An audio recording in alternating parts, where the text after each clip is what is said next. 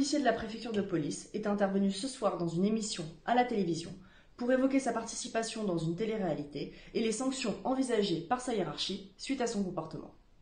Au cours de cette émission, il a dénigré le comportement de certains de ses collègues qu'il qualifie de racistes et réalisant des contrôles aux faciès pour tenter de justifier son choix. Pour son autorité d'emploi, cette attitude est choquante à plusieurs égards. Ce policier a fait l'objet d'une enquête judiciaire pour avoir fourni des tenues de policier pour le tournage d'un clip. Après cela, il s'était engagé à l'époque à changer puisqu'il s'était resté dans la police. Pourtant, d'autres enquêtes administratives sont en cours et concernent notamment sa participation à des émissions de télé-réalité alors qu'il était en congé maladie et sans avertir son employeur. Non seulement ce policier reconnaît publiquement détourner la notion de congé maladie et justifie ce comportement inacceptable par des propos qui dénigrent l'institution à laquelle il appartient. C'est pourquoi toutes les conséquences en seront tirées dans les enquêtes administratives qui le concernent et prendront en compte les propos qu'il vient de tenir. Voilà Mif, on n'a pas eu le temps d'en parler encore, donc on va en parler, comme ça vous allez avoir une bonne raison de me signaler.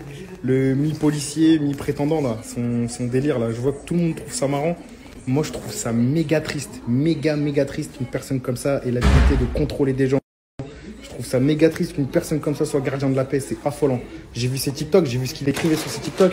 J'ai dit mais comment ça se fait s'il s'est pas fait démarrer lui? Après j'ai vu, il bosse dans le 16, donc c'est pour ça qu'il se permet de parler comme ça aussi. Mais bon bref.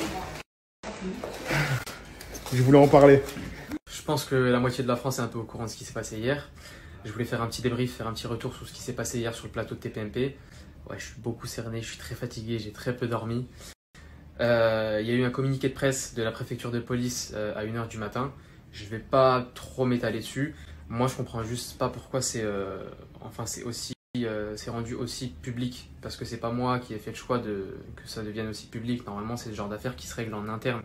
Donc cet élan de communication, alors que d'habitude, c'est pas trop ça, j'ai pas compris. Enfin, j'ai vu pas mal de commentaires aussi. Il est prêt à tout pour le buzz, nanana, buzz.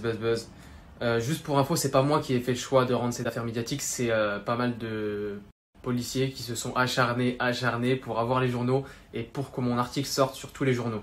Donc en soi, je l'ai pas voulu, de 1. De 2, buzz malsain pour faire la télé.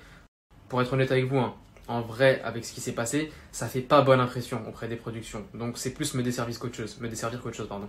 Donc cette histoire de buzz, en vrai, ça tient pas, de 2. Deuxièmement, vous me direz, ouais, mais c'est bizarre, t'as pas voulu faire le buzz, t'as pas voulu le rendre public, c'est pas quoi, mais pourquoi tu faisais des TikTok où tu t'affichais en tenue de flic? De base, quand j'ai fait mes premières vidéos, j'avais un petit compte, j'avais 500 abonnés, c'était pour le kiff. Moi, je m'inspirais un peu de ce qui se passait dans les autres pays, aux States ou quoi, où il n'y a pas le même rapport entre les forces de l'ordre et les réseaux sociaux, c'était plus chill, je voyais que c'était cool, ça dégageait une bonne ambiance, une bonne image, voilà, il n'y avait rien de mauvais dans ce que je faisais. Ensuite, il y a beaucoup de dossiers à trier aujourd'hui. Ensuite, on m'a souvent dit, j'ai eu pas mal de retours comme quoi, ouais, tu décides de t'exprimer aujourd'hui, en gros, tu sors les 4 vérités maintenant, t'en profites voilà, pour faire le buzz, mais ça, tu l'as pas dit avant, tu te plaisais bien dans la police. Alors juste, je vais vous montrer quelques captures d'écran, 2-3 trucs, qui vous montrent qu'en gros, c'est pas nouveau, mes proches le savent. Voilà, ils le savent que ça fait un moment que je tiens le même discours que j'ai tenu hier, que ça fait un moment qu'il y avait des choses qui me déplaisaient dans certains comportements. Et ça, c'est pas nouveau, vous pourrez le voir juste après.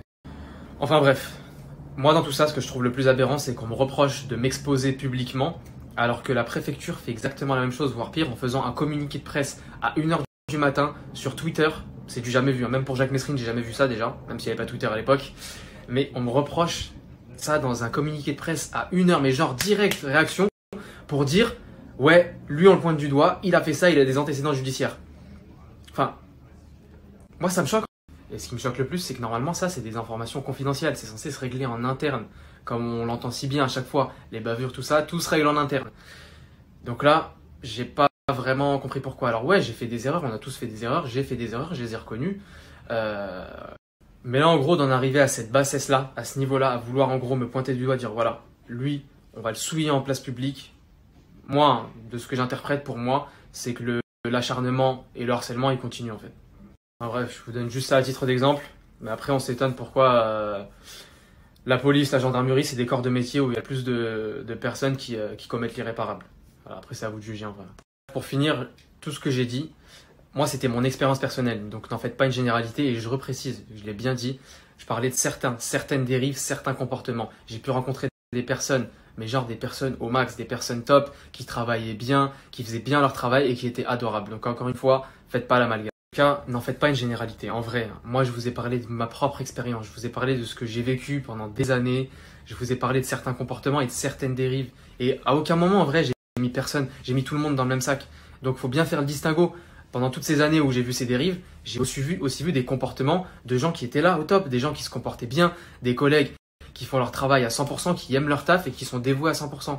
Donc je vous invite à pas faire l'amalgame. Malheureusement, à l'heure actuelle, là, plutôt que de mettre en avant ces bons policiers et de dénoncer les dérives que j'ai vues, bah, on est plus occupé à s'occuper sur la place publique d'un jeune de 25 ans qui fait des TikTok. Donc bon, vu que maintenant mon affaire c'est devenu une série, bah, je vous tiendrai au courant de tout ce qui se passe par la suite.